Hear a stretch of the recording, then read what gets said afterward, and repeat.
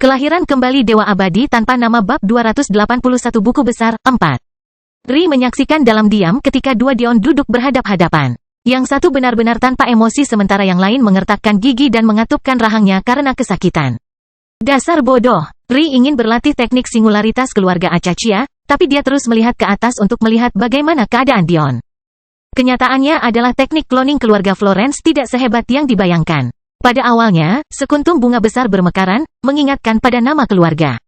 Setelah jangka waktu tertentu sesuai dengan kualitas klon, waktu yang berjumlah sekitar 10 menit untuk klon 75%, dan hampir tidak ada waktu sama sekali untuk klon 10%, klon telanjang akan muncul. Namun, masalahnya berasal dari fakta bahwa semua yang dialami klon tersebut, akan membebani Anda juga. Artinya, rasa sakit dari teknik singularitas adalah sesuatu yang dirasakan Dion 2 kali lipat saat ini. Ada niat membunuh yang tajam dan dingin dari teknik keluarga Matilde yang semuanya dikombinasikan dengan efek korosi dari pohon kehidupan dan kematian. Ri ingin mengatakan sesuatu, apa saja, untuk menghentikannya. Tapi, dia tahu itu tidak ada gunanya. Apakah Dion secara lisan setuju untuk membiarkan dia memikul setengah beban atau tidak, tindakannya menunjukkan sesuatu yang berbeda. Tidak, saya tidak bisa berpikir seperti itu. Ri menggelengkan kepalanya kuat-kuat. Dion bekerja keras agar dia bisa memenuhi janji yang dia buat untuk dirinya sendiri, dia, dan Madeline. Jadi, jika Ri ingin memikul separuh beban Dion, itu berarti dia harus bekerja cukup keras untuk melakukannya. Dengan pemikiran terakhir itu, Ri menguatkan emosinya, memandang rendah ke arah teknik keluarga Acaccia. Kultivasi itu rumit. Meskipun teknik singularitas secara teknis diklasifikasikan sebagai metode kultivasi tubuh di puncak tingkat dewa, pada akhirnya teknik tersebut terwujud sebagai teknik jiwa. Ini berarti bahwa setelah menderita melalui bagian teknik budidaya tubuh, seseorang harus mengandalkan bakat jiwa mereka untuk memanfaatkan teknik tersebut. Inilah alasan mengapa Dion begitu bersemangat dengan teknik keluarga Acaccia dan peningkatan bakat budidaya energinya. Dia tidak perlu khawatir apakah dia cukup berbakat atau tidak, karena dia tahu bakat pengembangan jiwanya tidak tertandingi. Dan, karena bakat pengembangan jiwanya begitu besar, hal itu akan meningkatkan efektivitas perwujudan keluarga Acaccia, sehingga secara komparatif meningkatkan bakat pengembangan energinya. Namun, bakat Ri tidak terletak pada pengembangan jiwa. Sebagai setengah binatang, sebagian besar kehebatannya terletak pada kekuatan tubuhnya dan kemampuannya untuk mempelajari kemauan dengan cepat. Ini berarti bahwa meskipun dia dapat menahan bagian teknik budidaya tubuh jauh lebih baik daripada yang bisa dilakukan Dion, dia masih akan kesulitan mewujudkan teknik tersebut dalam bentuk jiwa. Hanya seseorang dengan jiwa bawaan sekuat Dion yang dapat berpikir untuk menggunakan ketiga teknik sekaligus. Untuk mempertahankan klon, pohon kehidupan dan kematian, dan mata kekaisaran Asura pada saat yang sama akan membebani jiwa Anda. Bahwa itu akan membunuh orang normal manapun. Inilah sebabnya meskipun Ri khawatir Dion mempraktikkan ketiga teknik tersebut, dia mengizinkannya karena dia tahu dia mengambil risiko yang telah diperhitungkan. Memikirkan kembali seberapa besar tekanan yang ditimbulkan oleh manifestasi Dion pada tubuhnya saat pertama kali dia belajar menggunakannya, siapapun akan berpikir Dion gila bahkan untuk mencoba ini. Namun, ada sesuatu yang memberitahu Ri bahwa fakta bahwa Dion selamat dari manifestasinya sendiri adalah alasan utama mengapa teknik singularitas kuno ini mungkin sesuai dengan bakatnya untuk dikuasai. Lagi pula, bagaimana mungkin manifestasi humanoid yang begitu mendominasi dan aula senjata mampu mewujudkan senjata apapun bisa menjadi sederhana? Mungkin saja mewujudkan manifestasi kuno ini akan lebih mudah bagi jiwa Dion. Kurasa calon suamiku sungguh luar biasa. Ri tersenyum pahit saat melihat wajah tampan Dion memelintir kesakitan. Baiklah, mari kita lakukan. Beberapa hari kemudian, fitur wajah Dion akhirnya mereda dari rasa sakit awalnya. Faktanya, mereka juga menjadi jauh lebih tampan di bawah pengaruh yang dialami tubuhnya dengan garis keturunan Elfin. Karena sifat tekniknya, bagian pengembangan tubuh mereka dibagi menjadi beberapa tingkatan berdasarkan apa yang dapat ditangani oleh jiwa seseorang. Pada dasarnya, Anda hanya boleh melatih bagian kultivasi tubuh sampai pada titik di mana manifestasinya berada dalam lingkup jiwa Anda. Dan pada saat yang sama juga menjaganya dalam lingkup yang dapat ditangani oleh tubuh Anda. Oleh karena itu, meskipun jiwa Dion dapat mempertahankan manifestasi tingkat pengumpulan esensi.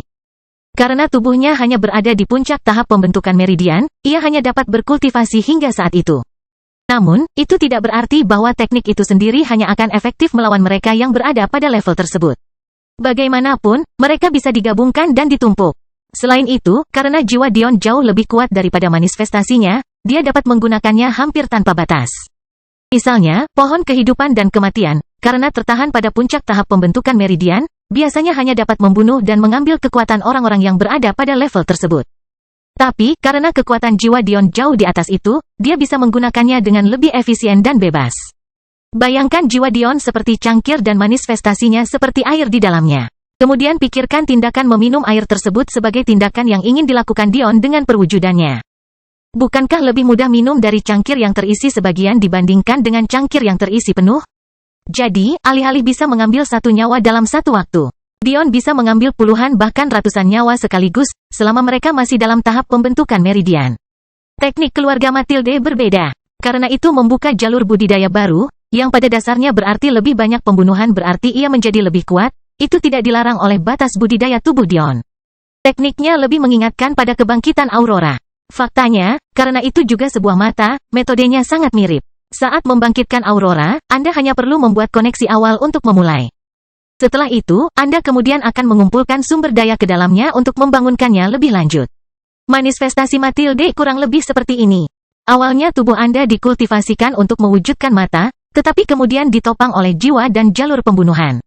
Ini berarti teknik keluarga Matilde bisa menjadi salah satu kemampuan terbaik Dion dengan segera. Kelahiran kembali Dewa Abadi tanpa nama bab 282 pertarungan. 1. Secara umum, teknik keluarga Florence juga sedikit berbeda.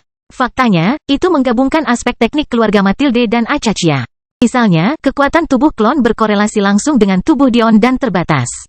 Oleh karena itu, 75% klon Dion hanya bernilai sekitar 75% dari kekuatan tubuh pembentukan meridian puncak.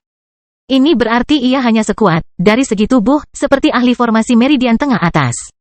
Namun, manifestasi humanoid yang diciptakan Dion menggunakan esensi tuannya sebagai katalis, sama kuatnya dengan jiwanya. Faktanya, mereka memiliki ruang untuk tumbuh bersama jiwanya hingga dia mencapai kekuatan tuannya. Oleh karena itu, dia tidak perlu mencari katalis pengganti untuk kehendak surgawi dan iblisnya sampai dia melampaui tuan dan suaminya. Ini sempurna. Sebagai hasilnya, selama lebih dari seminggu yang Dion habiskan untuk berkultivasi dengan rajin, keinginannya juga mengalami peningkatan besar. Kehendak surgawinya, meskipun ia masih perlu berusaha mengendalikannya, akhirnya berhasil menembus penghalang lapisan ke-6 dan memasuki tingkat ke-8. Kehendak iblisnya telah memasuki tingkat 9, kemungkinan karena esensi bijak iblis juga menambah kemajuannya bersamaan dengan manifestasi iblis kilin. Namun, meskipun ada peningkatan dari keduanya, Dion kemungkinan besar adalah yang paling bahagia dengan peningkatan keinginan kristalnya ke level 8. Ini akan membuatnya lebih peka terhadap perubahan di gerbang, ini bisa menjadi perbedaan antara hidup dan mati. Jika saya dapat menemukan katalis untuk keinginan ruang dan waktu saya, itu adalah yang terbaik. Itu kelemahan terakhirku sampai sekarang. Dion melompat dari tempat tidur tanpa suara, melihat punggung klonnya. Aku akan meninggalkan 0,1% darah orang bijak iblis di dalam dirimu agar kamu dapat berintegrasi secara perlahan untukku. Karena tidak ada gunanya klon mencoba terus mengembangkan teknik keluarga Matilde tanpa ada yang membunuh, Dion berpikir untuk memberinya tugas lain. Setelah mendengus sambil mengeluarkan darah dari dirinya, Dion menyelinap ke arah Ri yang sedang bermeditasi. Jangan pernah memikirkannya, cabul. Ri tetap memejamkan mata, berusaha menyembunyikan senyuman yang tersungging di bibirnya. Aku tidak bisa meminta Veugles kecilku untuk berdebat denganku? Dion bertanya licik sambil mencium ringan bibir Ri. Ri menikmati sedikit sentuhan Dion sebelum membuka matanya. Kau memberiku kebebasan untuk menghajarmu? Dion menggigil, tidak menyukai cahaya di mata Ri. Kalahkan aku, bagaimana saya bisa membiarkan wanita saya memukuli saya? Tahukah kamu berapa banyak temanku dari alam fana yang akan menertawakanku karena hal seperti itu? Ri cemberut. Saya tidak tahu saya akan menikah dengan orang yang misoginis. Mungkin ketika aku bertemu dengan teman-temanmu ini, aku harus memahami mereka setelah aku melakukannya terlebih dahulu. Dion berkedip. Kubah, kamu sudah tidak ada harapan. Ri melompat dengan penuh semangat, meraih lengan Dion dan menyeretnya keluar tenda. Kamu terlalu senang dengan hal ini. Dion melihat sekeliling. Mereka berdiri di lapangan yang cukup jauh dari tenda. Sekarang sudah cukup larut malam dan bulan tergantung di langit dunia spasial. Dion tidak begitu tahu cara kerjanya, tetapi dia berasumsi bahwa dunia spasial sebenarnya adalah dunia lain. Kebetulan diadakan di ruang lain. Ri menyeringai. Saya mulai mengembangkan energi setelah Anda membangunkan benih keyakinan saya. Tetapi, karena Anda pingsan sebelum dapat memberitahu saya tentang kehendak langit, saya harus memulai kembali dari awal tahap pembentukan meridian. Jadi, Anda beruntung. Aku hanya akan menghajarmu sedikit. Dion meringis saat menyadari betapa benarnya Ri. Dia mungkin menyadari meridiannya matang dengan kebangkitan konstitusi dewa dan benih keyakinannya, tetapi meridiannya masih tidak murni tanpa kehendak surgawi. Jika Dion tidak pingsan sebelum dia bisa menyampaikan kehendak surgawi kepadanya, dia tidak perlu mulai mengatur meridiannya lagi dari awal. Karena aku baik, kata Ri sambil tersenyum manis. Hanya pertarungan tangan kosong. Jika aku menggunakan pedangku, aku khawatir kamu akan kehilangan sesuatu yang aku sukai. Dion tidak tahu harus tertawa atau menangis, dia hanya bisa melihat ke bawah di antara kedua kakinya untuk menemukan sesuatu yang dia sukai juga. Ya Tuhan, aku terlibat dalam apa? Dion bahkan tidak begitu paham dengan pertarungan tangan kosong di dunia persilatan, dia hanya memiliki beberapa pelatihan bela diri dari dunia manusia. Namun, teknik-teknik itu disesuaikan untuk bertarung melawan lawan yang lebih kuat. Dion tidak tahu bahwa dia harus menggunakannya untuk melawan seorang gadis, apalagi tunangannya sendiri yang setidaknya 1,5 kepala lebih pendek darinya. Di tengah pemikiran Dion, benih keyakinan Ri bermekaran, ekor biru peraknya mencabut dan masuk ke dunia melalui susunan transferensi spasial yang dipasang Dion di bagian belakang celana olahraganya. Dion tersenyum, berjongkok dalam posisi siap. Tubuhnya yang bertelanjang dada tertekuk, otot-ototnya bergerak-gerak, tahu betul bahwa dia harus berada pada performa terbaiknya. Dion sadar betul bahwa dia tidak bisa mengalahkan Bas semudah yang dilakukan Ri. Jadi, jika dia berlatih dengan Ri seperti ini, itu akan membuatnya lebih baik. Tidak banyak yang bisa dia lakukan terhadap tunangannya ini, dan jelas dari tatapan matanya yang kurang ajar itu, dia juga sangat menyadari hal ini. Senyuman Dion tidak bisa menahan senyumnya. Sepertinya dia harus menunjukkan petasan api itu siapa yang memakai celana itu. Tindakan pertama, kehendak Kaisar Iblis tahap pertama, kesempurnaan. Tubuh Dion memerah, goyangan ototnya semakin terasa. Saatnya melihat seberapa efektif perwujudan keluarga Matilde. Ayo pergi, Veuglas kecil. Ri tersenyum dengan gigi taringnya yang menggemaskan, tidak perlu berkata-kata lagi sebelum dia menerjang ke arah Dion, dengan posisi miring. Kelahiran kembali Dewa Abadi tanpa nama bab 283 pertarungan 2. Mata Dion bersinar merah saat dia melihat tinju kecil Ri mengamuk ke arahnya. Namun, dari luar, terlihat sangat berbeda. Seolah-olah mata Dion menjadi jurang hitam tak berujung. Dion mengarahkan punggung telapak tangannya ke arah tinju Ri yang mendekat, membiarkannya mengalir saat dia mengarahkan sikunya ke arahnya. Dia tidak memikirkan siapa Ri baginya saat ini, yang dia lihat hanyalah musuh. Ri tersenyum pada dirinya sendiri, terkesan dengan reaksi Dion, tapi ekornya tidak tinggal diam. Dua orang segera bertabrakan dengan siku Dion yang masuk, membuatnya terbang mundur.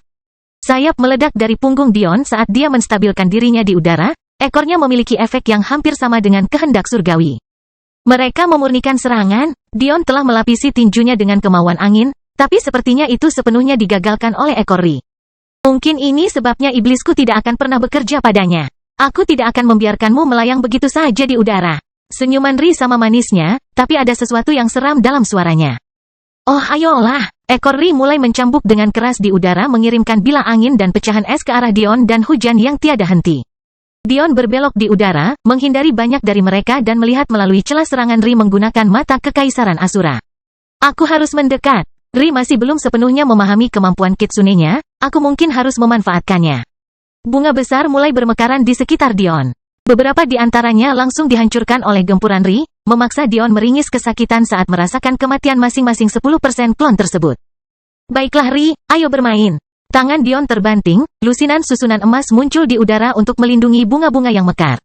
Dion terjun ke bawah, bergegas menuju Ri untuk mencegahnya membunuh klonnya lagi. Kamu cukup cantik saat bertarung, kata Dion dengan senyum lebar di wajahnya.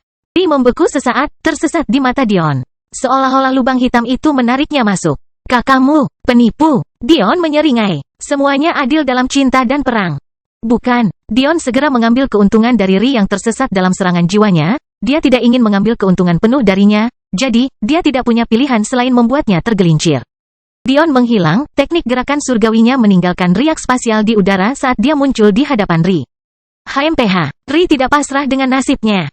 Faktanya, dia belum menggunakan energinya untuk budidaya. Sebuah penghalang energi esensi menutupi telapak tangan Ri saat dia menyerang ke arah dada Dion.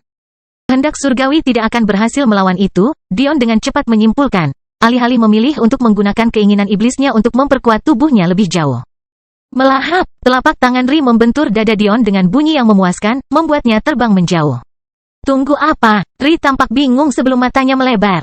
Itu bukan dadanya. Kilauan susunan yang rusak berkelap-kelip di udara saat Dion melayang di udara, menghambat pukulan Ri.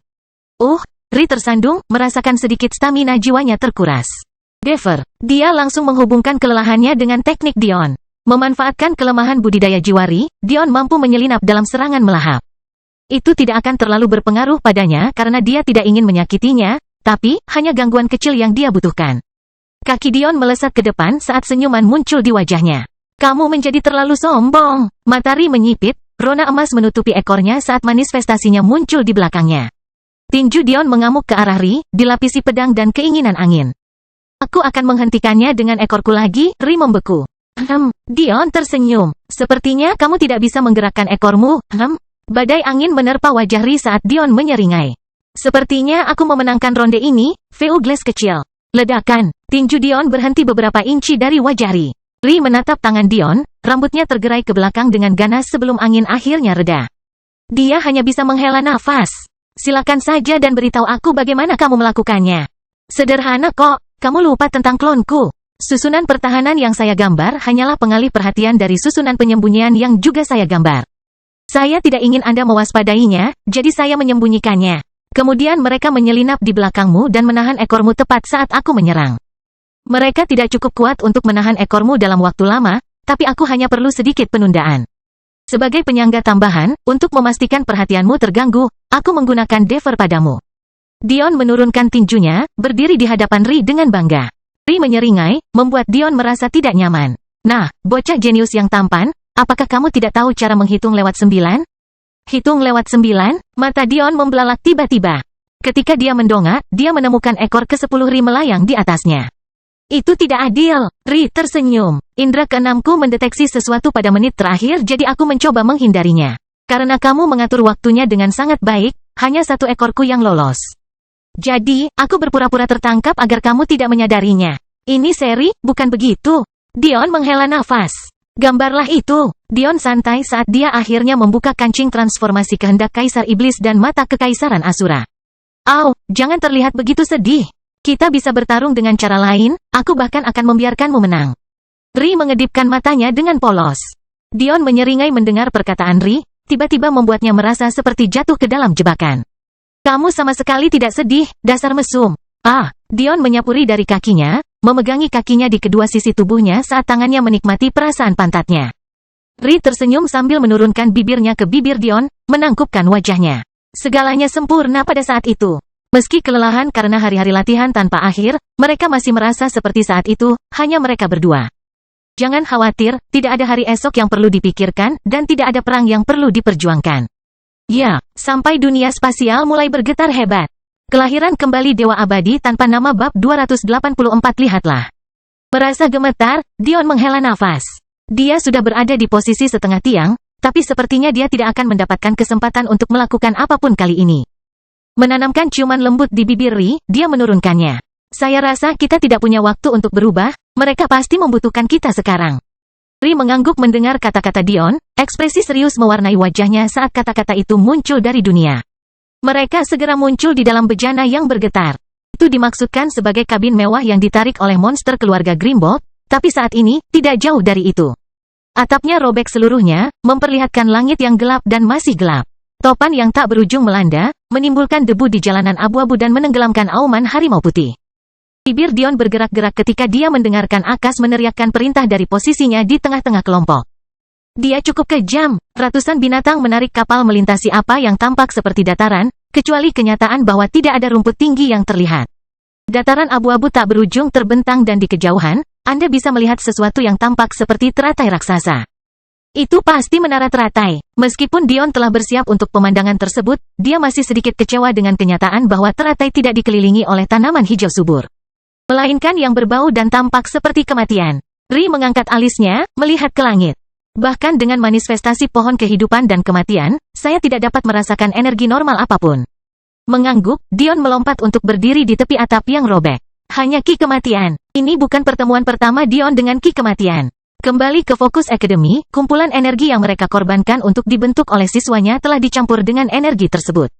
Jika Dion terpaksa menyerap energi ini, dia akan berakhir dalam situasi yang lebih buruk daripada saat itu, bahkan dengan auroranya yang jauh lebih kuat.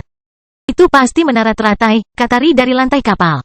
Dia melihat ke menara di kejauhan, terguncang oleh betapa miripnya itu dengan tarian kelopak es dan bahkan hadiah yang diberikan Dion padanya untuk ulang tahunnya. Entah itu menara teratai yang menyerap semua energi kecuali ki kematian, atau secara harfiah mengubah semua energi yang diserapnya menjadi ki kematian. Meskipun Dion jarang menyebut keinginannya sebagai ki, memang begitulah adanya. Ketika kemauan memanifestasikan dirinya sebagai bilah pedang, atau topan angin, atau kemauan iblis Dion yang menetes. Seperti beberapa contoh, mereka mengambil bentuk energinya sendiri yang bisa disebut ki. Fakta bahwa tanah dipenuhi dengan ki seperti itu berarti demikian. Tempat ini mungkin memiliki katalis sempurna untuk kematian. Dion menggelengkan kepalanya, sekarang bukan waktunya memikirkan untuk mendapatkan katalis untuk teknik keluarga Florence. Dia harus membantu memastikan korban jiwa dapat diminimalkan, terutama jika menyangkut pasukannya. Menjentikkan kepalanya untuk melihat sekeliling dengan baik, sepertinya kinerja mereka tidak terlalu buruk. Anggota keluarga besar Nodin diarahkan oleh Akas, spesialisasi utama mereka, angin akan. Sama seperti manifestasi humanoid Dion, jiwa mereka memanifestasikan dirinya sebagai sayap. Meskipun demikian, milik mereka terlihat jauh berbeda dari milik Dion. Hampir hanya ilusi, perwujudan keluarga Nodin sebenarnya adalah sayap yang terbuat dari angin. Satu-satunya tanda bahwa mereka benar-benar muncul adalah pusaran udara di belakang mereka dan rambut hijau muda panjang mereka yang berkibar-kibar. Sama seperti keluarga besar lainnya, tingkat bakat mereka menentukan kekuatan yang akan dimiliki oleh manifestasi mereka.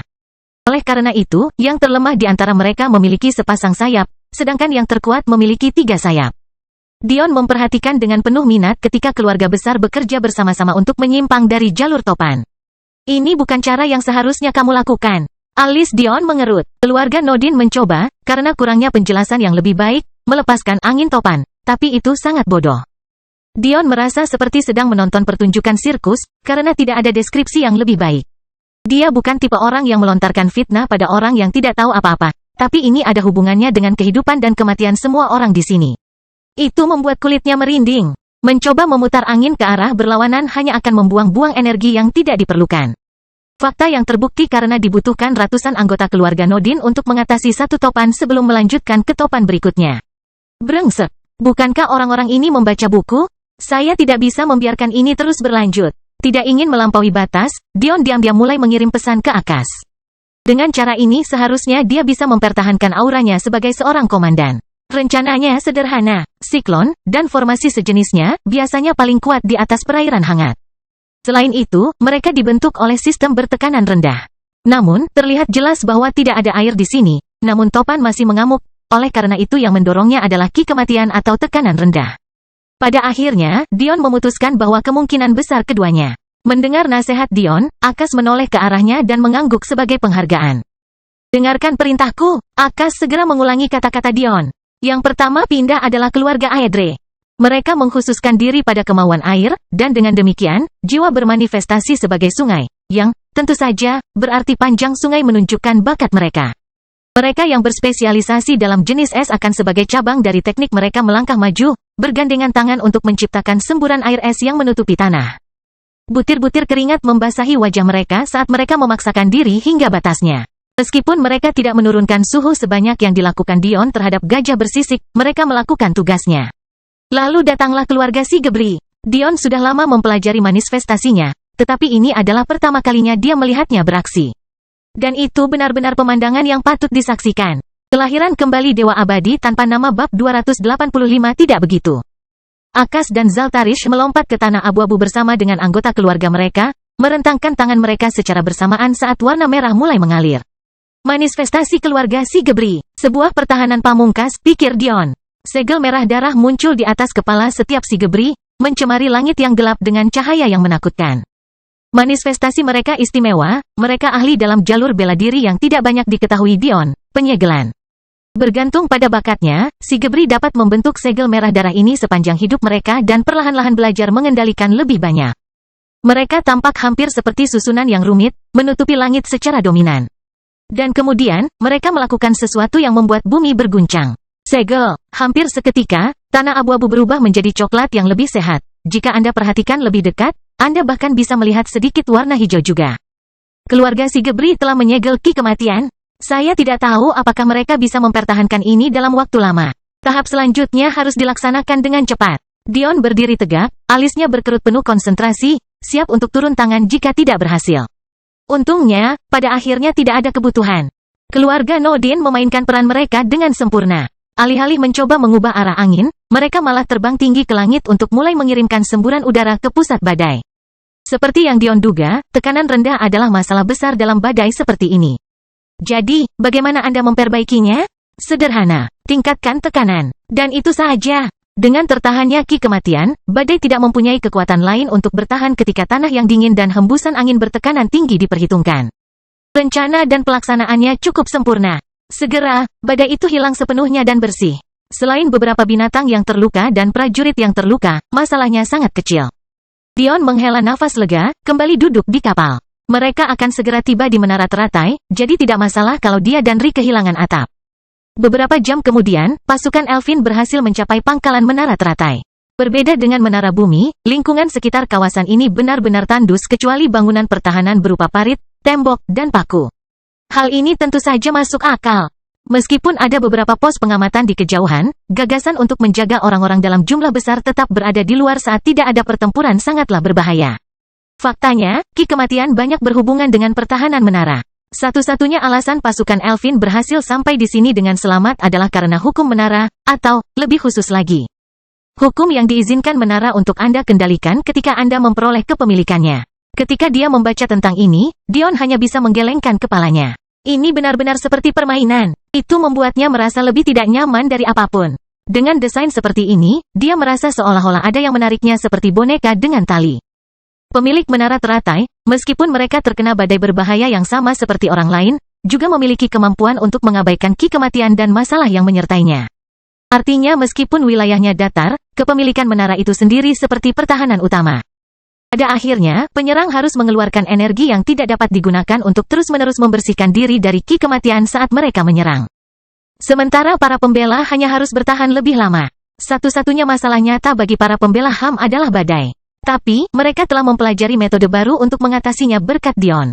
Memasuki lantai dasar menara teratai, mereka disambut dengan pemandangan yang sangat berbeda dari apa yang mereka lihat di luar. Taman yang rimbun memenuhi ruangan saat rumput hijau menutupi seluruh lantai. Itu lebih seperti memasuki dunia baru dibandingkan memasuki sebuah gedung. Dion berjalan di samping Ri, Delia, Akash dan Zaltarish. Kedua bersaudara itu sangat bersemangat setelah dengan mudahnya menghadapi badai. Katakan padaku, Dion, apakah ada profesi dunia manusia yang berspesialisasi dalam badai? Akash bertanya dengan penuh semangat, berharap dapat memahami otak Dion tentang beberapa hal. Dion tersenyum. Saat ini saya sedang memikirkannya. Sebagian besar tugas mereka adalah memprediksi badai dan cuaca berdasarkan pola dan data. Bisa dibilang, banyak hal yang saya ketahui tentang badai karena profesinya ada, ya. Akash mengangguk dengan antusias, mendengarkan Dion berbicara tentang dunia manusia. Tapi kemudian dia membeku, tiba-tiba memikirkan sesuatu. Kita semua perlu menyadari bahwa bukan hanya para elf yang mempertahankan menara ini, katanya serius.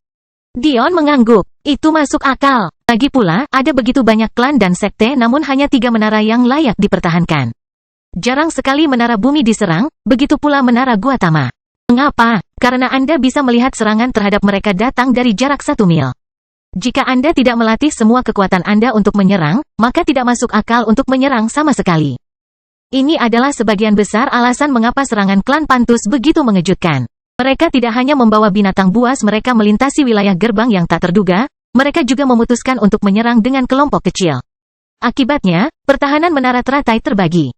Klan Dewa Kerajaan dan keluarga Sicarius biasanya tetap ditempatkan di menara bumi kecuali mereka memanfaatkan serangan.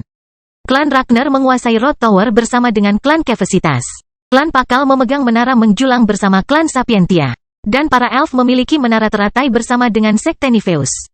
Dan sayangnya, segera setelah Dion memikirkan hal ini, suara familiar dari orang yang tidak begitu ramah memasuki telinganya. Kelahiran kembali Dewa Abadi tanpa nama bab 286 kamu bodoh. Segera, para elf duduk di hadapan anggota sekte Nifeus dalam keheningan yang tidak nyaman. Anehnya, beberapa sekte lain juga hadir, lagi pula, bukan hanya klan dewa yang berpartisipasi dalam kampanye tersebut. Tapi, mungkin kurang beruntungnya, anggota sekte lain-lain itu adalah bagian dari sekte besar yang sangat dibenci Dion. Meskipun Hashim dan Lehabim tidak berani menatap mata Dion lagi, yang membuat Orbis terhibur, kehadiran mereka masih menjadi noda pada situasi yang sudah menjengkelkan. Dion telah mencoba mencari tahu apakah kakak perempuan Ellie, Venus, ada di sini. Tapi, sepertinya dia memutuskan untuk melepaskan pengalaman itu. Selain itu, Dion bahkan tidak repot-repot mencari Ellie karena dia sangat menyadari fakta bahwa dia masih terlalu lemah untuk bergabung dalam kampanye. Dia mungkin sedang fokus pada berkebunnya saat ini, pemikiran yang membuat Dion tersenyum, membuat Evelyn kesal. Mengejekku? Kita lihat saja bagaimana kamu mengejekku ketika kamu mengetahui siapa calon suamiku. Evelyn mendengus dalam hatinya. Dia adalah individu yang dingin dan penuh perhitungan meskipun penampilan luarnya yang hangat sering dia tunjukkan. Baginya, keperawanannya hanyalah sebuah kartu yang bisa dimainkan untuk mendapatkan kekuasaan. Apa yang hilang darinya pada awalnya akan dikembalikan kepadanya berkali-kali lipat. Yang perlu dia lakukan hanyalah bersabar. Saat dia kembali, kamu sudah mati. Nikmati berjalan-jalan dengan senyuman munafik itu untuk saat ini. Meskipun ada peringatan diam-diam dari Evelyn, Dion tampaknya tidak menyadari adanya perubahan. Faktanya, dia cukup sibuk mengobrol diam-diam dengan Ri, membiarkan Akas mengambil alih kendali. Kita harus membicarakan taktik apa yang akan kita gunakan untuk kampanye ini. Siapa yang akan membela, siapa yang akan menyerang, dan kapan kita akan melakukan keduanya. Akas, yang akhirnya selesai mengumpulkan pikirannya, mulai berbicara. Namun, tatapan Evelyn tampak terpaku pada Delia yang sepertinya tidak terlalu ingin menoleh ke belakang. Namun tiba-tiba, sebuah suara menyadarkannya dari segala niat buruk yang dimilikinya. Kupikir aku sudah menyuruhmu untuk bersikap enteng jika menyangkut adik perempuanku. Apakah Anda tidak cukup membuat catatan? Apakah Anda memerlukan pelajaran berulang? Dion mendongak dari percakapannya dengan Ri, menatap tajam ke arah Evelyn yang sekarang bingung. Namun, saat Evelyn hendak merespons, suara keributan yang keras memenuhi indera semua orang yang hadir. Akas berdiri. Seharusnya tidak terjadi apa-apa saat ini. Kami belum mendapat laporan apapun. Alis Dion berkerut sebelum sebuah pikiran terlintas di benaknya, menyebabkan matanya menyipit. Klan Saeklem. Bukan rahasia lagi bahwa klan Saeklem, karena spesialisasi pengembangan jiwa dan teknik unik mereka, adalah pengintai utama bukan hanya untuk Menara Roth, tetapi juga setiap menara. Fakta bahwa tidak ada laporan, namun sesuatu yang jelas-jelas terjadi sekarang hanya berarti satu hal, mereka tidak melaporkannya dengan sengaja. Evelyn mengalihkan pandangan marah ke arah Dion. Setelah berinteraksi dengannya, dia melakukan uji tuntas dalam menyelidiki latar belakangnya. Karena itu, perselisihannya dengan klan Saeklem dan Ragnar bukanlah rahasia baginya sekarang. Sungguh luar biasa. Sekarang kami tidak bisa mempercayai kecerdasan kami karena Anda pikir Anda bisa bersikap sombong dimanapun Anda mau. Tidakkah kamu berpikir tindakanmu mempunyai konsekuensi? Kata Evelyn dengan marah. Meskipun dia sangat membenci Dion, alasannya untuk marah, setidaknya saat ini, tampaknya sahih baginya dan anggota sekte Nifeus. Dion mengabaikan Evelyn. Lagi pula, jika dia tidak membunuh Saeklem dia pasti sudah mati. Apakah dia seharusnya membiarkan hal itu terjadi begitu saja? Ayo pergi. Dion keluar dari kamar. Yang dia butuhkan sekarang adalah kecepatan, setiap detik berarti. Ri berlari bersama Dion saat mereka melaju ke puncak menara teratai untuk melihat situasinya. Ini, alis Dion berkerut karena gelisah. Terlalu banyak, ratusan ribu tentara mengamuk menuju menara teratai. Namun, mustahil untuk memindahkan pasukan dalam jumlah besar secara bersamaan. Bahkan tanpa klan Saeklem mereka seharusnya sudah mendeteksi ini. Selain itu, tidak ada penjelasan bagaimana mereka semua bisa selamat. Ini adalah metode yang sama yang mereka gunakan pada gajah bersisik. Aku tahu ini adalah suatu kemungkinan. Tapi aku benar-benar berharap. Sialan. Dion menarik napas dalam-dalam merasakan tangan Ri menyelinap ke tangannya. Alidor ini sudah merencanakan ini sejak lama, Dion baru saja ikut campur. Meskipun dia telah menggagalkan bagian pertama dari rencana Alidor, seorang jenius sejati tidak akan hancur setelah satu kemunduran. Sepertinya pertarungan besar akan segera dimulai. Di kejauhan, ratusan ribu pasukan terus bergerak maju, semakin dekat setiap detiknya. Gemuruh langkah kaki mereka, awan debu abu-abu dan hitam, bahkan suara genderang perang dan tangisan binatang yang mengamuk bagaikan hiruk-pikuk awal dari pertempuran berdarah. Segera, mereka cukup dekat sehingga Dion dapat melihat dua sosok familiar melayang di atas mereka di langit. Bas dan Liska. Apakah itu berarti dia ada di sini? Kenapa dia ada di sini? Tidak, bukan itu. Pikiran Dion sedang bekerja keras. Pasukan Elfin dan Nifeus masih berebut di dalam menara untuk bersiap-siap, dan bahkan pasukan Dion pun tidak menyadarinya. Sungguh permainan yang bagus yang telah kamu mainkan klan Saeklem. Saya akan mengingat ini. Ri, aku akan menguji sesuatu yang sangat berbahaya. Saya ingin Anda mengingat bahwa selama Anda merasakan kehendak surgawi saya di dalam diri Anda, saya hidup. Baiklah, Ri mengerutkan alisnya sambil melihat profil Dion yang penuh tekad. Goblok sia, apa yang terjadi dengan belahan jiwaku? Dion melihat ke arah Ri. Saat ini, hanya mereka berdua di depan pasukan yang berjumlah hampir 1 juta orang. Namun, di pihak mereka, jumlahnya mungkin mencapai 20.000. 20.000 orang yang bahkan tidak mempersiapkan diri dengan baik. Ini hanyalah sesuatu yang harus saya lakukan sendiri. Itu terlalu berbahaya. Ri menatap senyum lembut Dion, merasakan hatinya hancur. Kelahiran kembali Dewa Abadi tanpa nama bab 287 hormat. Pasukan di dalam menara teratai mulai bergegas keluar.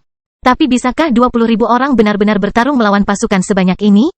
Bahkan dengan keuntungan dari Ki Kematian, Bas dan Liska berdiri dengan bangga di udara, menatap Dion dan Ri dengan jijik. Akhirnya tiba waktunya untuk membalas dendam. Hanya sedikit orang dalam hidup mereka yang pernah tidak menghormati mereka seperti yang dilakukan Dion dan Ri, jadi, sudah waktunya mereka mati. Dion menghela nafas, menepuk kepala Ri dan mencondongkan tubuh ke depan untuk mencium keningnya. Ingat apa yang kukatakan, Veugles kecil. Pria Anda tidak akan mati begitu saja. Jenderal Iblis akan melindungimu. Perintahkan mereka dengan baik. Aku akan kembali sebelum kamu menyadarinya. Sebelum Ri dapat mengulurkan tangan untuk menghentikan Dion, dia sudah menjauh darinya. Langkah kakinya membawanya ke posisi tepat di antara pasukan yang mendekat dan aliansi Lotus yang sedang berjuang. Baiklah, rupanya, menurutmu bermain-main dengan nyawa orang itu keren. Jadi, izinkan aku memecahkan permainanmu untukmu.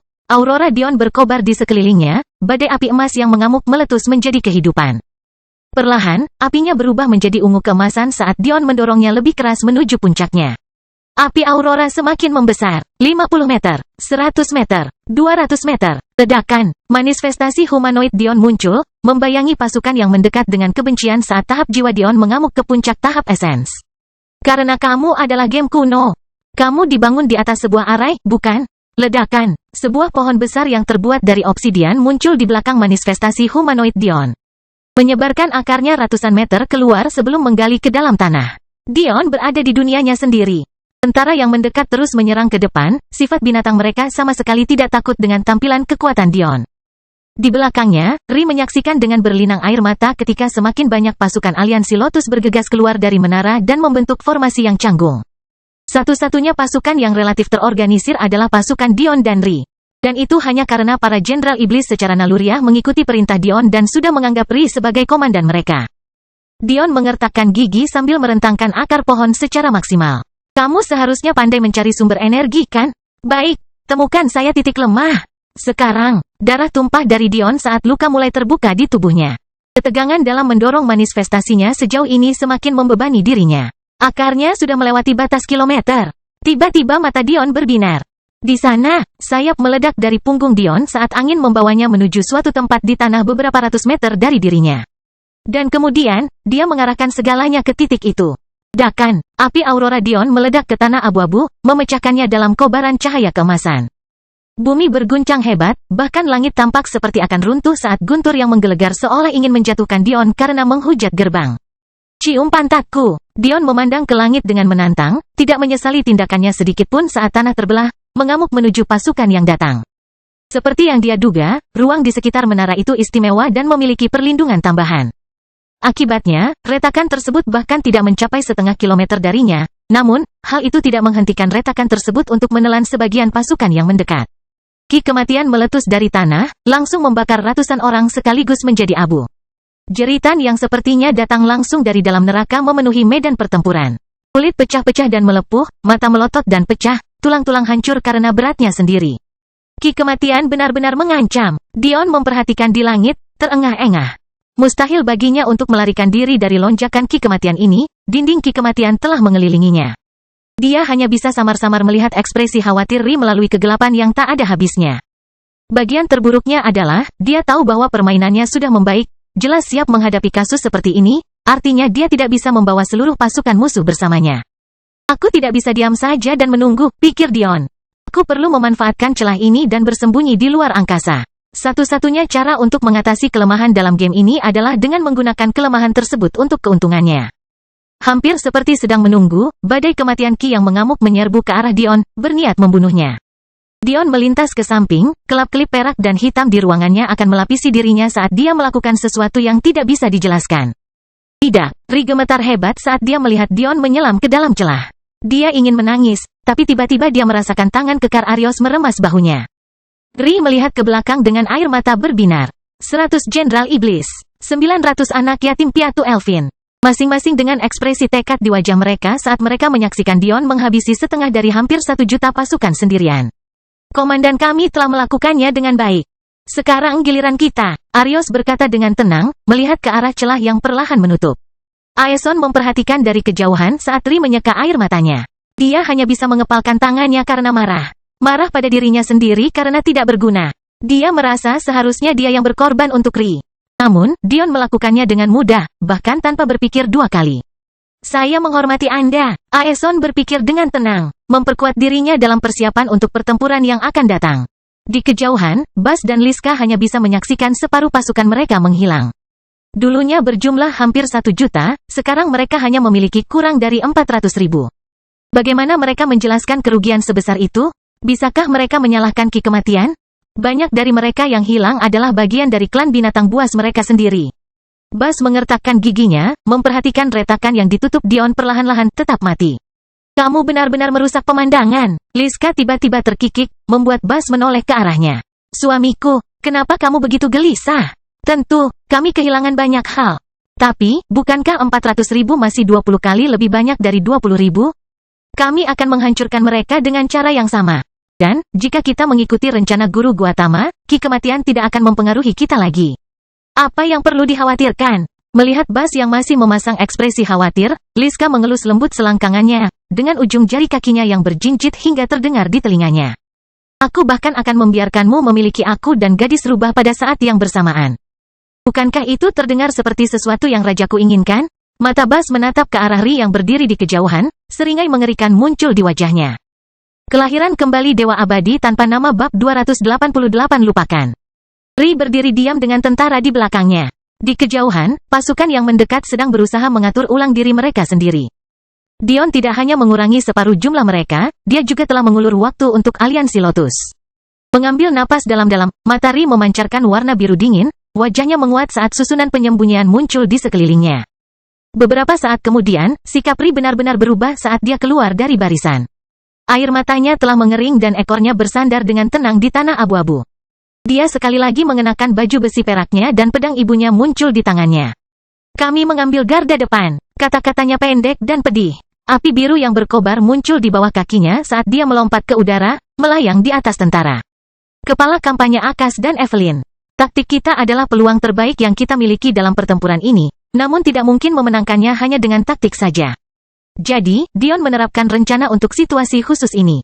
Sebaiknya kamu mengesampingkan dendammu sekarang jika kamu ingin hidup. Jika itu membuatmu merasa lebih baik, anggap saja tunanganku sudah meninggal. Ri mengalihkan pandangan tajam ke arah Evelyn anggota sekte Nifeus lainnya. Kenyataannya, sebagian besar jumlah mereka terdiri dari para elf. Wanita dari sekte Nifeus mungkin sekitar 30% dari mereka. Faktanya, sebagian besar alasan mereka memilih untuk mempertahankan menara ini adalah karena menara ini paling jauh dari tempat yang dianggap sebagai aksi. Biasanya, Rod dan Looming Tower adalah yang pertama diserang karena mereka lebih dekat dengan Gautama dan menara lain di alam semesta lawan. Fakta bahwa menara teratai diserang sebelum ada kabar serangan terhadap Rod dan Looming benar-benar membingungkan. Evelyn tidak menjawab perkataan Ri karena itu benar. Evelyn tidak tahu Dion masih hidup karena dia tidak memiliki kehendak surgawi dalam Ri-nya. Yang dia tahu hanyalah ratusan ribu orang telah tewas dalam kobaran api kematian Ki dan Dion kemungkinan besar adalah salah satunya. Tapi, dia bahkan belum mendapat kesempatan untuk merasa bahagia karena hidupnya kini dalam bahaya. Ri membuang muka. Sikap Evelyn bukanlah yang terbaik, tetapi hal itu harus dilakukan untuk saat ini. Tapi, rasa gatal mencekam hatinya. Apakah dia tahu Dion masih hidup atau tidak, itu tidak relevan. Apakah dia akan bertemu dengannya lagi adalah pertanyaan yang sama sekali berbeda. Ri pernah mendengar cerita Arios. Bagaimana jika Dion tersesat tepat waktu seperti yang dia alami? Tunggu. Alis Ri terangkat kaget ketika dia melihat Delia berjalan berdiri di garis depan bersama pasukan lainnya. Ri ingin mengatakan sesuatu, tetapi ketika dia melihat tangan Delia yang gemetar terkepal begitu erat hingga darah jatuh ke tanah, dia menahannya. Beberapa keputusan diserahkan kepada individu. Ri mengubur rasa sakitnya dengan mengerahkan seluruh emosinya ke dalam pertarungan yang akan datang ini. Hak apa yang dia miliki untuk mengatakan Delia tidak bisa melakukan hal yang sama? Variasi formasi pertahanan 4, sarang gorila. Tentara yang dipimpin oleh Jenderal Iblis mulai beraksi. Di dunia manusia, dinamika kekuatan antar manusia jauh lebih diimbangi oleh kecerdasan dibandingkan di dunia persilatan. Oleh karena itu, perang tidak selalu ditentukan oleh siapa negara yang lebih besar atau siapa yang memiliki pasukan lebih besar. Faktanya, seringkali tidak ditentukan siapa yang memiliki teknologi terbaik. Mengapa lagi negara-negara sebesar Amerika menghabiskan waktu bertahun-tahun tanpa kemenangan yang jelas melawan negara-negara yang dianggap sebagai dunia ketiga? Meskipun Dion tidak mempelajari taktik militer, dia menanamkan filosofi yang sangat spesifik dalam dirinya. Bukan karena taktik dunia manusia tidak ada gunanya atau karena dia merasa pemikirannya jauh di atas pemikiran para veteran. Tapi karena dia tahu taktik dunia manusia tidak akan memperhitungkan perbedaan mendasar antara dunia manusia dan dunia persilatan. Dion tahu bahwa mencoba menang hanya berdasarkan taktik adalah hal yang mustahil. Kenapa lagi dia menyebarkan jenderal iblisnya secara merata seperti yang dia lakukan? Dia sadar sepenuhnya bahwa tanpa kekuatan yang cukup, segalanya akan hancur. Mengapa formasinya bekerja dengan baik? Karena kekuasaan. Mengapa dia menghancurkan gajah bersisik itu? Karena kekuasaan. Apa yang bisa membuat aliansi Lotus keluar dari situasi ini? Kekuatan. Beberapa minggu sebelumnya Dion telah mengatakan sesuatu kepada tentara yang membuat mata mereka bersinar penuh semangat. Jika kamu mengikutiku, kamu tidak akan pernah kalah. Saya tidak menyatakan ingin merombak filosofi dunia persilatan, namun saya ingin Anda tahu, di sini dan saat ini, bahwa itu saja tidak cukup. Jika Anda ingin melindungi keluarga Anda, jika Anda ingin meninggalkan alam semesta ini dan pulang, jika ingin move on ke hal yang lebih baik dan cerah, saya beritahu Anda bahwa cara berpikir Anda saja tidak cukup. Lupakan semua yang kamu tahu. Lupakan semua yang Anda pikir Anda tahu.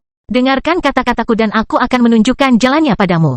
Dunia manusia dan persilatan selalu bersama, namun terpisah. Dekat, namun berjauhan. Tetapi, di bawahku, mereka akan menjadi satu dalam hal yang sama. Tidak ada kemenangan tanpa kecerdasan. Tidak ada kemenangan dengan kekuatan. Hanya ada kematian dalam kekalahan. Dan tidak ada kemuliaan dalam kematian. 900 anak yatim Elfin bergegas maju. Garis-garis emas yang tak berujung mewarnai langit yang gelap saat formasi pertahanan yang tak berujung muncul. Ratusan ribu pelat susunan hancur menjadi debu saat lapisan formasi lapisan manifestasi puncak muncul dalam labirin formasi penyembunyian. Pasukan Dion bergerak dengan pola yang aneh, namun juga bersimbiosis saat mereka menjalin labirin kompleksitas yang tak ada habisnya. Dalam sekejap, menara teratai, aliansi teratai, dan bahkan suara keberadaan mereka sepenuhnya terhapus. Di depan pasukan binatang buas sekarang berdiri lapangan abu-abu tak berujung. Semuanya telah lenyap kecuali pemandangan dan ki kematian yang tiada henti. Pasukan monster membeku di tengah reorganisasi mereka. Apa yang sedang terjadi? Mengapa semua orang menghilang? Arai penyembunyian. Bas dan Liska berdiri di langit. Mereka telah mengarahkan reorganisasi mereka dan baru saja akan menuntut. Namun perubahan peristiwa ini sungguh terlalu mengejutkan. Tiba-tiba, ruang yang tampak normal itu beriak, dan keluarlah lebih dari 100 prajurit. Delia, Aeson, Akas, Evelyn, Erea, Zaltarish, para jenderal iblis. 100 melawan 400 ribu. Ri perlahan menonjol, bersiap untuk bertarung. Wajah seorang pemuda tampan dan tak kenal takut terlintas di benaknya saat dia menarik napas dalam-dalam sambil menggenggam pedangnya. Biarkan aku membawa setengahnya. Dan setelah memikirkan yang terakhir, Ri dan sekutunya menyerang. Kelahiran kembali Dewa Abadi tanpa nama bab 289 terlambat. Rencana Dion sederhana. Dalam situasi di mana jumlah mereka berada pada posisi yang sangat tidak menguntungkan, itu juga merupakan situasi di mana anggota mereka yang paling kuat akan mempunyai pengaruh yang paling besar. Namun, di saat yang sama, itu juga terjadi ketika anggota yang lebih lemah dapat sepenuhnya menghancurkan moral sekutunya, sesuatu yang sudah menjadi barang langka dalam situasi seperti ini. Oleh karena itu, penjelasannya adalah memaksimalkan penggunaan anggota Anda yang paling kuat sekaligus meminimalkan korban yang menderita anggota Anda yang paling lemah. Dan dengan ide itulah tercetuslah ide terbentuknya ini. Dengan menggunakan kombinasi tata ruang dan penyembunyian, susunan Lotus yang jauh lebih kecil dapat bersembunyi di dalamnya. Susunannya membentuk labirin kompleks dengan formasi pertahanannya. Labirin ini kemudian segera ditutup dengan susunan penyembunyian, menambah kesulitan untuk menembus formasi. Namun, bagian terbaik dari formasi ini adalah kantong-kantong musuh yang akan ditemukan oleh pasukan lawan di dalamnya. Bahkan saat Ri menyerang ke depan bersama para jenderal iblis. Dengan tekad yang tampak memperkuat wajahnya, anggota kerajaan Elfin dan Sekte Nifeus sedang mengatur diri mereka sendiri dalam formasi labirin, siap sepenuhnya menghadapi pelanggaran musuh. Dan itulah intinya, anggota yang paling kuat dari aliansi teratai akan berjuang dengan bebas, menanam tanaman dan anarki di dalam pasukan lawan. Tidak memberi mereka waktu untuk membentuk rencana kohesif untuk mendekati formasi. Atau, lebih baik lagi, tidak memberi mereka terlalu banyak waktu untuk menganalisis formasi sama sekali. Namun, mungkin bagian terpenting dari formasi ini adalah susunan transmisi yang dibuat Dion untuk barisan depan. Mustahil mengharapkan para jenderal iblis bertarung tanpa kelelahan atau cedera. Jadi, di tengah labirin ada susunan transmisi yang terhubung ke ratusan pelataran susunan yang tersebar Dion di antara para jenderal iblis dan Ri. Gagasan untuk menggambar susunan teleportasi yang cukup hanya dalam waktu seminggu adalah hal yang mustahil. Oleh karena itu, Dion mengambil jalan pintas. Dia menggambar 2 stasiun transmisi tingkat master, lalu menggambarkan susunan transmisi yang lebih sederhana ke sana. Dengan begitu, susunan transmisi yang lebih sederhana dapat menggunakan stasiun transmisi yang jauh lebih kuat untuk mendukung transmisi instan ke sana.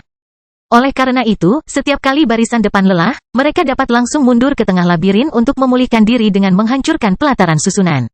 Dan dengan demikian, lahirlah formasi sarang gorila. Lambang perang gerilya sebanding dengan keganasan seekor gorila. Itu adalah kombinasi sempurna antara taktik dan kekuatan. Salah satu yang hanya dimaksudkan untuk digunakan ketika punggung mereka benar-benar menempel ke dinding. Apakah mereka akan menang? Saya tidak tahu. Tapi, dia juga tahu bahwa dia akan memberikan segalanya. Dion dengan segala maksud dan tujuan telah mengorbankan dirinya demi mereka. Dia akan terkutuk jika dia tidak bisa melakukan setidaknya sebanyak itu. Dengan pemikiran terakhir itu, Ri menyerbu pasukan binatang buas yang berantakan. Tangisan binatang mereka terdengar saat ekornya mencambuk mereka dan memotong sisik mereka. Ri tahu jiwanya tidak dapat menopang pohon kehidupan dan kematian dalam waktu lama karena dia belum belajar melahap seperti Dion. Faktanya, meskipun Dion memberinya teknik tersebut, Ri tidak tahu berapa lama waktu yang dibutuhkannya untuk belajar karena jiwanya tidak berbakat seperti Dion. Kemungkinan besar akan memakan waktu setidaknya setengah tahun baginya untuk memahami tahap pertama dari teknik pertama. Oleh karena itu, tidak ada waktu sekarang. Dia hanya bisa menggunakan teknik keluarga Acaccia sebagai pilihan terakhir. Sebagai semburan kekuatan terakhir untuk membantu kelangsungan hidup mereka. Tapi, Ri memikirkan situasi seperti itu di benaknya, alih-alih berfokus pada meretas musuh-musuhnya saat energi esensinya mengalir untuk mengisi kembali kekuatannya yang semakin menipis. Pasukan binatang buas itu sendiri tampaknya sebagian besar terdiri dari prajurit formasi Meridian. Ini masuk akal, lagi pula, anggota bumi yang paling kuat berada di Menara Rod dan Luming. Mengapa mereka menginvestasikan ahli pengumpul esensi mereka di menara yang tampaknya lemah? Mereka telah merencanakan 3 benih iman. Kaetlem, Vidar, dan Thor. Ri benar-benar anomali. Siapa yang mengira ada benih keyakinan lain yang bersembunyi di dalam kerajaan Elfin? Namun, meski telah menyaksikan benih keyakinan Ri terwujud di Menara Bumi, Alidor tetap menindaklanjuti rencana tersebut. Pertama, Ri tidak begitu mahir dalam menggunakan benih imannya. Jika ya, bagaimana Bas berpikir garis keturunannya bisa dibandingkan? Faktanya, bagaimana gajah bersisik bisa berpikir untuk menyerangnya? Penindasan garis keturunan yang mereka alami mirip dengan seekor semut yang menghadapi ratu segala binatang. Kedua, Ri jauh lebih muda dan memiliki kultivasi yang lebih lemah dibandingkan 3 lainnya. Meskipun Kaetlem berada di dekatnya dan seusia Dion, dia juga telah menyadari benih keyakinannya lebih lama. Jadi, Alidor memutuskan untuk menggunakan angka untuk melawan Ri, memfokuskan ahli pengumpulan esensinya di tempat lain. Semua pemikiran ini terlintas di kepala Ri saat dia semakin dalam memasuki pasukan binatang buas. Saya harus berterima kasih kepada Anda karena meremehkan saya. Sekali ini saja, Bas dan Liska menyaksikan adegan ini dengan santai. Meskipun aurora mereka tidak cukup kuat untuk menembus penyembunyian Dion, mereka masih memiliki nomornya. Ri terlalu kuat untuk mereka serang secara langsung, jadi, mereka hanya menunggu sampai dia lelah. Bukankah itu cara termudah? Sayang sekali mereka tidak menyadari bahwa jika Ri merasa kewalahan, dia akan menarik diri. Tapi, masalahnya adalah Ri sendiri. Meskipun auranya tenang dan terfokus pada pembunuhan saat dia menebas bawahan basilis, hatinya hancur. Setiap serangannya menahan segalanya, dia tidak punya konsep untuk menunggu waktu, dia tidak bertarung dengan cerdas, dan staminanya terkuras jauh lebih cepat dari yang dia sadari. Yang bisa dia pikirkan hanyalah apakah dia akan bertemu Dion lagi atau tidak. Apakah dia terjebak ratusan tahun yang lalu? Apakah dia mampu keluar dari perangkap spasial? Bagaimana jika kematian Dion terjadi di masa depan dan dengan demikian tidak mempengaruhi kehendak surgawinya di masa lalu? Bagaimana jika dia sudah mati? Mungkin saat Ri menyadari tubuhnya terlalu lelah untuk melanjutkan, semuanya sudah terlambat. Kelahiran kembali Dewa Abadi tanpa nama bab 290 hati. Jauh dari perang yang berkecamuk, pertempuran lain terjadi lebih jauh lagi, dan kebetulan melibatkan tunangan Dion yang lain.